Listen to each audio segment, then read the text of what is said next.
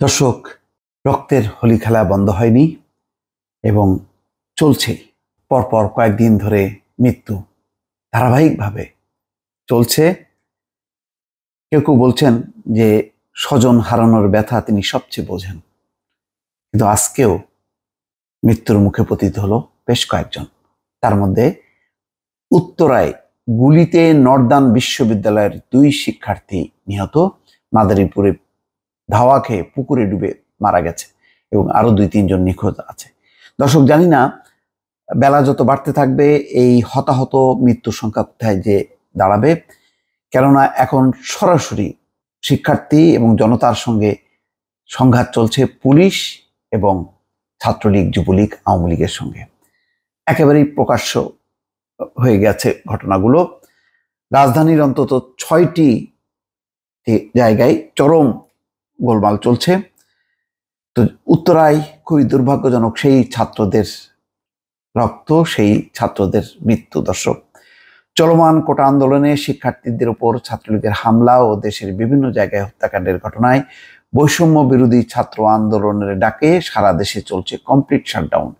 Complete শাটডাউনের অংশ হিসাবে রাজধানীর উত্তরার বিভিন্ন এলাকায় বিক্ষোভ করছেন কয়েকটি বিশ্ববিদ্যালয়ের শিক্ষার্থীরা। এ সময় পুলিশের গুলিতে নর্দার্ন বিশ্ববিদ্যালয়ের 2 শিক্ষার্থী নিহত হয়েছে বলে অভিযোগ রয়েছে। সংঘর্ষে আরও শতাধিক শিক্ষার্থী হাসপাতালে চিকিৎসা নিচ্ছে, যার মধ্যে কয়েকজনের অবস্থা আশঙ্কাজনক বলে জানিয়েছেন ডাক্তাররা। বিষয়টি নিশ্চিত করেছেন বাংলাদেশ মেডিকেলের চিকিৎসক ডাক্তার রোকনুজ্জামান। নিহত শিক্ষার্থীদের নাম এখনো জানা যায়নি। আন্দোলনরত শিক্ষার্থীদের সঙ্গে রাজধানীর উত্তরায় পুলিশ ও র্যাবের সংঘর্ষ হয়েছে।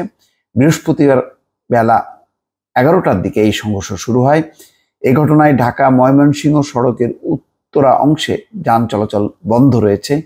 সংঘর্ষের সময় সাউন্ড গ্রেনেড, টিয়ার সেল নিক্ষেপ করে পুলিশ ও র্যাব। আন্দোলনকারীরা হাউস বিল্ডিং থেকে রাজলক্ষ্মী মোড় পর্যন্ত সড়কে অবস্থান নিয়েছে। এর আগে বিভিন্ন বেসরকারি বিশ্ববিদ্যালয়, কলেজ, স্কুলের শিক্ষার্থীরা উত্তরার জমজম টাওয়ারের সামনে জড়ো হন। পরে তারা মিছিল নিয়ে মূল সড়কে উঠতে চাইলে পুলিশ ও র্যাব তাদের ছত্রভঙ্গ করার চেষ্টা করে।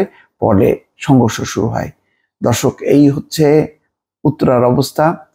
পাশাপাশি দর্শক দেখেন, কালবেলাতে একটি খবর যে সংঘর্ষের বিস্তৃতি কি পরিমাণ তার একটি রিপোর্ট তারা দিয়েছে।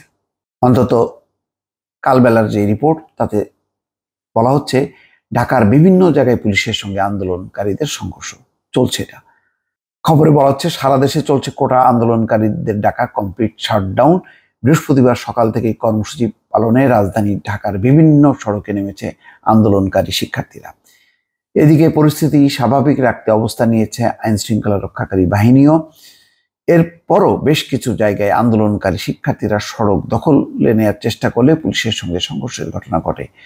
রাজধানীর শনির আখড়া, কাজলাও, যাত্রাবাড়ি, মেরুল বাড্ডা সহ আরও কিছু জায়গায় সংঘর্ষের ঘটনা ঘটেছে।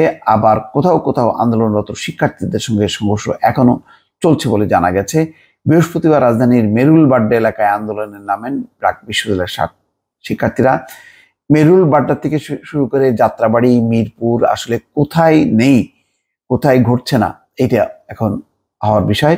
এবং যেভাবে সংঘাত চলছে, যেভাবে কাঁদানে গ্যাস, সাউন্ড গ্রেনেড, গুলি ছোড়া হচ্ছে, তাতে উত্তরায় যেই খবরটা দিয়েছে যুগান্তর, 2 জন মারা গেছে।